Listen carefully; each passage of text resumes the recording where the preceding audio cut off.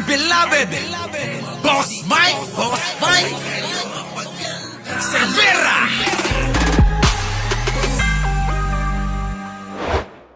Diba? Gusto nyo usapang scammer? Eto, singit ko lang. Oh, yan. Tignan nyo mga kababayan. No? Ito yung matapang na baluga. Putik Norman, no? Kita mo, naniwala itong mga tao na takot ka naman talaga eh. Eto, kahit mukhang gagambang kuryente si Norman Mangusin, ha? Mukhang kamukha ni Nick Sau. Ano? Ewan ko kung kilala nyo si Nick Sau. Kilala nyo ba yon? Si Nick Sau, sino nakapanood nun? Ha? Yung God Must Be Crazy, mga kababayan. Sino? Naalala nyo yon? Yung pong yung negro na bida sa God Must Be Crazy. Tama ba? Tama ba yung God Must Be Crazy? Tama ba? Kamukha eh. Oo, kamukha ni Norman. Ito yun. Tingnan nyo ngayon kung paano, ha? Boss, ang pangit ko pala sa personal? Putik na yan, Norman. Sabi nung nagbibideo, boss, ang pangit mo pala sa personal. Putik ka, Norman, palag ka? Akala ko, mga kababayan, matapang eh. Kung ako gaganyanin, talagang sasapukin ko kagad sa mukha eh. Kaya lang, wala akong siniksaw, di ba? Kaya nga mga kababayan eh, walang gumaganon kasi sa akin. Yung pag nakita ko mga kababayan eh, boss Mike, ang pangit mo pala sa personal. Walang ganon, Norman. Walang gumaganon sa akin. Oo, ang maririnig mo, boss Mike, mas gwapo ka pala sa personal. Ganon. Di ba? Norman, sa akin, kapag kami nakakakita ng personal, sasabihin nila, mas gwapo ka pala sa personal. Ganon. Eto si Norman, mga kababayan, piling gwapo. Tapos mga kababayan, nakita ng netizen, binidyo, sinabihan mga kababayan na ang pangit mo pala sa personal. Ayan. Boss, ang pangit ko pala sa personal? Ang pangit ko pala sa personal? Oo, ito po. Akala ko swapo ka? Ito yung mahilig na suntukan eh. Ligaw tayo. Labas, tara, labas ka dyan. Labas ka! Niyayaya ka na suntukan! Hindi ka makalabas, di ba? Takot ka! Mga kababayan, takot to. Sobrang takot yan. Sabi ko sa inyo, mga kababayan, malaki. Oo, malaking bakulaw lang yan, pero takot na takot yan. Sabi ko sa inyo, ang kaba niyan sa dibdib. Sabi ko sa inyo, kapag nakita nyo, kahit sampal-sampalin nyo yan, hindi papalagyan. Bunga nga lang ng bunga nga yan. Subukan nyo. Sampal-sampalin nyo yan, hindi papalagyan. Tayo. Jimboy, backup na ka mo. Butik niyayaya ka ng suntukan, bumaba ka. May mga bodyguard ka pa.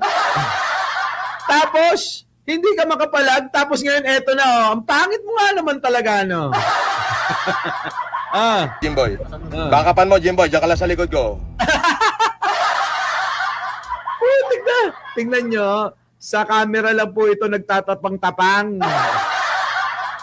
Mahina talaga ito, mga kababayan, mahina talaga. Anyways, iwan na natin po, puting na puro na lang ganyan yan, si Kulaong. Sa likod lang kayo. Diyan ka lang sa likod, Jimboy. Huwag ka lalayo. Pag dumikit, ibig sabihin, pagka halimbawa, Putik na yan, isa lang yung taong nagyayaya sa'yo ng suntukan. Ang dami mo ng mga tinatawag. Mahinang nila lang, mga kababayan, nakakahiya ka. Sa bagay, magtataka ba naman kami, maraming mga tangat bobo, di ba? Kaya maniniwala sa'yo. Di ba? Ulitin ko lang. Sa dami na ho ng binigay natin, pinakita natin ng mga ebidensya na ito ho ay scammer. Scammer. Mambobodol. Mga kababayan, marami po itong atraso, maraming mga dinenggoy, maraming in-scam, maraming ninakawan. Oo. Ha? At ito pa matindi. Mga kababayan, kasabwat, mga kababayan, pati nanay niyan duling. Oh! Ibang klase mga kababayan, pati nanay kinukonsinti to eh. Oh. Biruin mo mga kababayan ko. Oo. Silang dalawa lang ni Norman ang nagkakatinginan ng diretso eh. Ang tao pa ko tingnan nyo mga kababayan. Oh, yung nanay niya at siya, sila lang dalawa ang nagkakatinginan ng diretso. Bakit? Bakit mo nasabi, Boss Mike? Eh, parehas duling eh. Parehas duling. Talagang may pagtatangka na ano, pag salita, huwag niyong gagalawin. Tingnan nyo mga kababayan, habang umaandar na siya, umaandar na yung sasakyan. Oo, tingnan nyo, putik na yan. May pag-ganong-ganong pa, takot ka naman, iyayaya ka ng suntukan, gaganyan-ganyan ka pa. Para ano, masabi mo sa mga nanonood sa'yo na ano, na strong ka. Salita lang yan. Salita lang yun. Inaamong ka na nga, salita lang yun. Ano yan? Padi ano? Di caliber ka pa. Putik naman takro, taban. Awa na. Putik na yan. Wala, mahina, oo. Sige, direct. Sino gusto? Bibigyan ko ng 100,000, makikipaglaplapan lang sa kanya. Mga kababayan ko, sino may gusto? Makikipaglaplapan lang ho kayo kay Norman. Andali, may tumatawag. Wait lang, sasagutin ko lang. Boss, naka-live ako eh. Yung ano yung boss? Andali, ano yung message mo? Alin 'yon?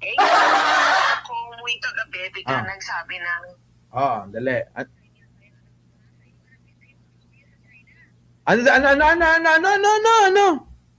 ma-assign ng boss niya sa China, kaya hindi na kailangan ng driver's license daw muna. Ay! Yun naman pala eh.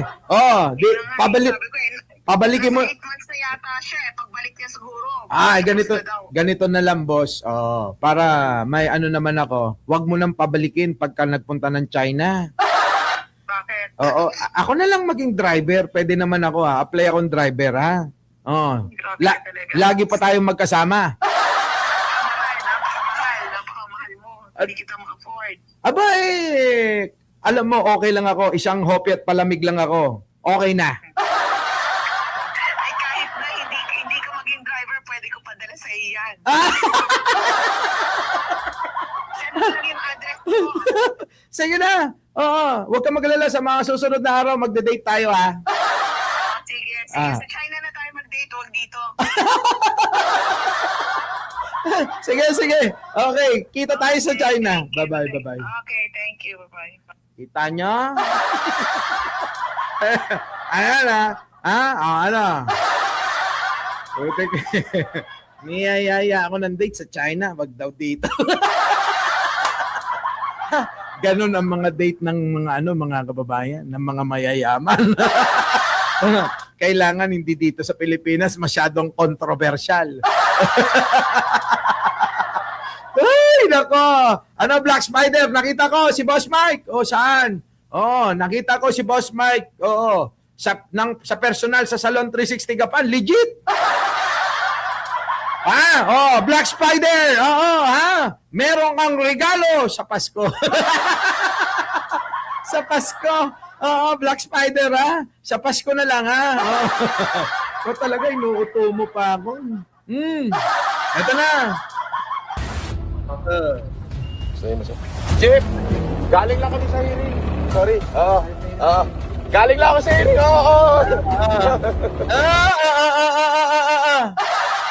Wala ho yan. Anyway, mga kababayan, dito na tayo para madali na tayo kasi may meeting pa ako sa Soler. May meeting po ako sa Soler, mga kababayan. Eto na, mga kababayan ko. Naku, Sharon Cuneta, binanatan si Sara Duterte. Pasok! The megastar Sharon Cuneta kay Pangulong Bongbong Marcos Ano? Ano, Saba? Pag nakipaglaplapang ka dyan kay Kalaong, mapupuno ng hayop ka. Talaga? Talaga? Ano?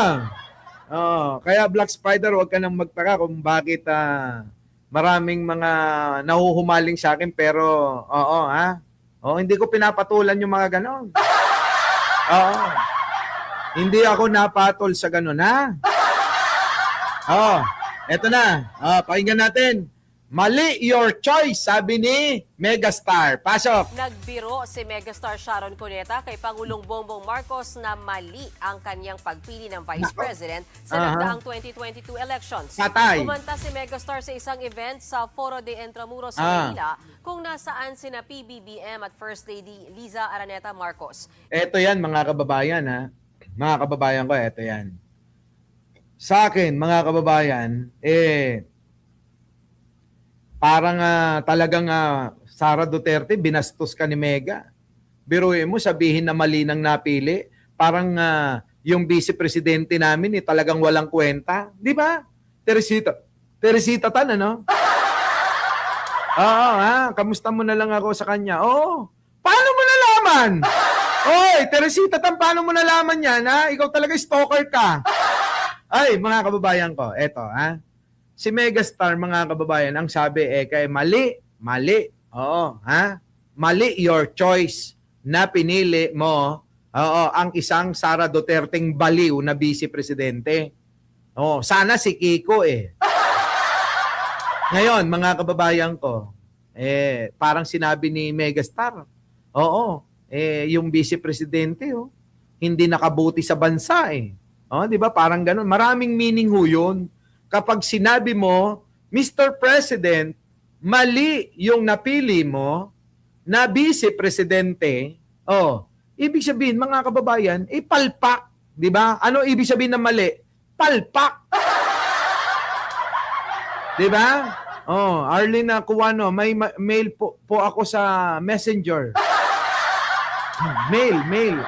Chat ho yan, Arlene. Sige, check ko.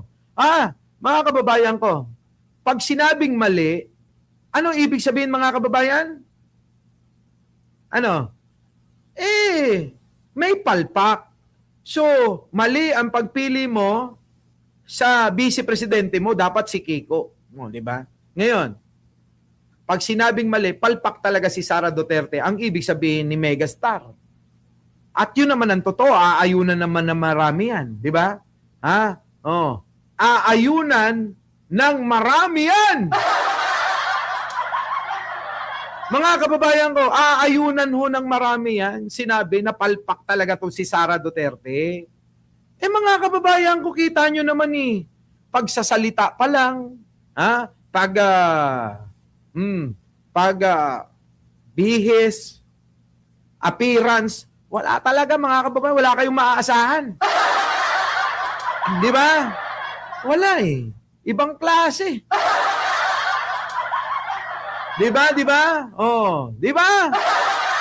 Eto, mga kababayan ko, panoorin natin. Nagbiro si megastar Sharon Cuneta kay Pangulong Bongbong Marcos na mali ang kanyang pagpili ng Vice President sa nagdaang 2022 elections. Kumanta si megastar sa isang event sa Foro de Intramuros sa Maynila kung nasaan sina PBBM at First Lady Liza Araneta Marcos. Itinuro ni Ate Shawi ang kanyang asawang si Senador Kiko Pangilinan na nasa event din. Matatandaang kumandidato rin sa pagkabise si Pangilinan pero natalo kay VP Sara Duterte. Yan! Sir, I have only one. Siyempre, sasabihin ng mga DDS, bitter si Sharon. Di ba? Sasabihin,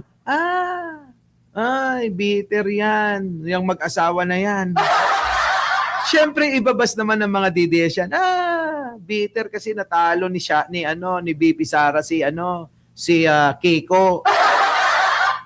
Laos na kasi yan si Sharon. Wala na kasing karir yan. Mga ganun na mga banat ng mga DDS, di ba? Putik na yan, Ito na.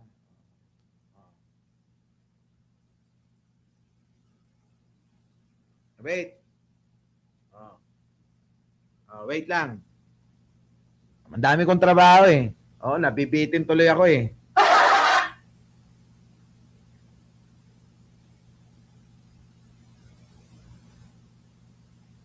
Oh. Oh. Oh. Oh.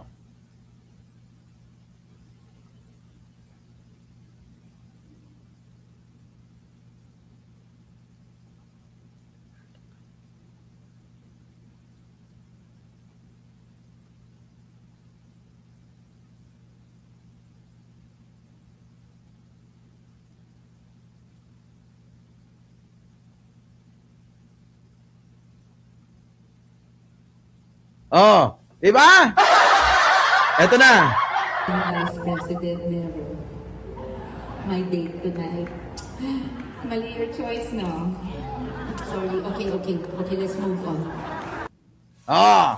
Oh, ngayon, mga kababayan, marami na akong tatrabahuin. Ituloy natin ito mamaya, ha? Ituloy natin. Bibitinin ko kayo. Ay! Muli, mga kababayan. Oo, hanggang dito na lang at bye-bye po sa inyong lahat. Maraming salamat po. Our beloved Boss Mike Cervera.